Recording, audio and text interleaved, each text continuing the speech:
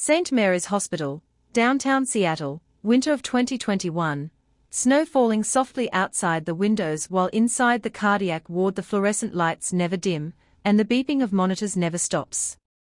29-year-old nurse Sarah Ellison is finishing her night shift, ponytail coming loose. Eyes tired but kind, the kind of nurse patients request by name because she actually listens. Everyone calls her Ellie. Little do they know that in just 6 months this gentle woman will bring down one of the most respected cardiologists in the Pacific Northwest, and she'll do it with nothing but a flash drive, a broken heart, and unbreakable courage. It started the way these stories always do, with a charming doctor and a lonely nurse working too many hours. Dr. Ryan Harrington, 41, tall, perfect hair, the kind of smile that makes donors open their wallets and female staff forget their boyfriends' names.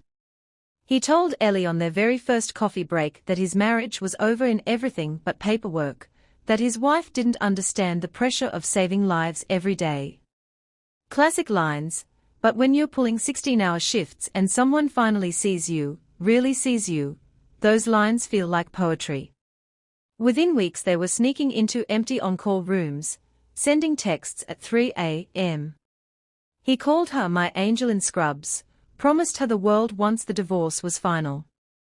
Ellie believed him, because why would a man who held dying hearts in his hands every day lie with his own? But angels notice things. Ellie started seeing patterns. Female patients in their 20s and 30s, always pretty, always coming in for minor arrhythmias, always scheduled for extended observation, under Dr. Harrington personally, always discharged with a warm handshake and a follow-up appointment that somehow never made it into the official system. And every single one of them left the hospital looking hollow, like part of them had stayed behind in room 412. One night Ellie walked into the doctor's lounge and found Ryan, with his hand up a 23-year-old patient's gown, the girl frozen, eyes wide, exactly the same way Ellie herself had looked the first time Ryan touched her. That was the moment the spell broke.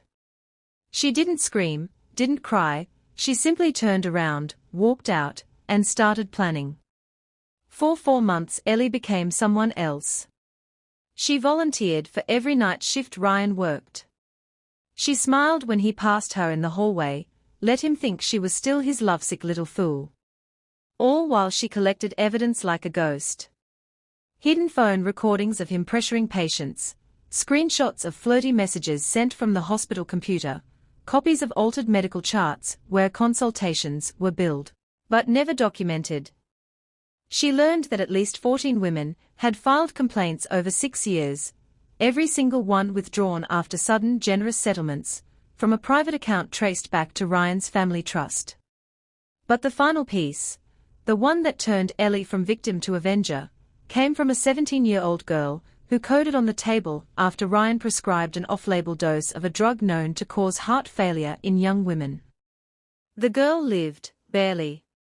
And when Ellie held her hand in recovery, the teenager whispered through cracked lips. He told me if I said anything my college scholarship would disappear. He knows people. That night Ellie went home, sat on her bathroom floor, and cried for the first time in months. Not because her heart was broken, but because she finally understood it never really belonged to Ryan in the first place. It belonged to every girl he had ever hurt. So she made a choice. She compiled everything, 37 gigabytes of audio, video, documents, patient testimonies, bank records.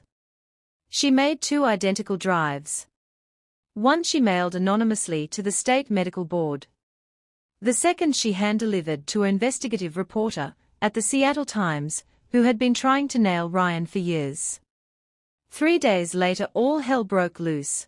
FBI agents in the hospital lobby.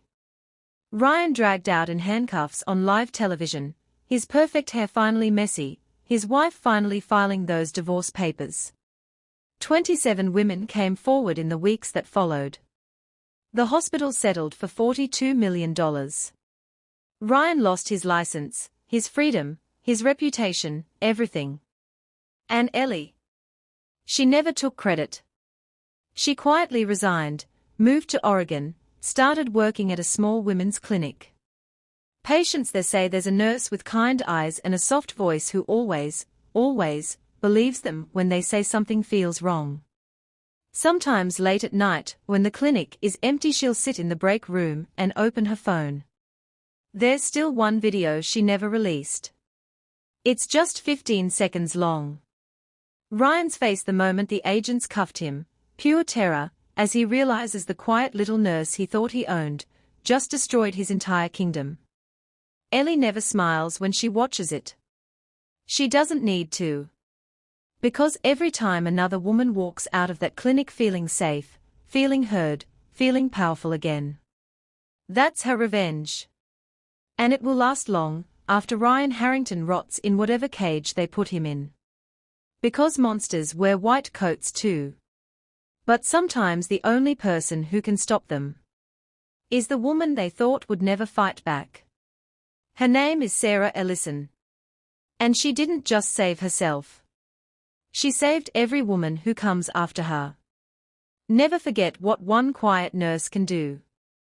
When she finally decides enough is enough.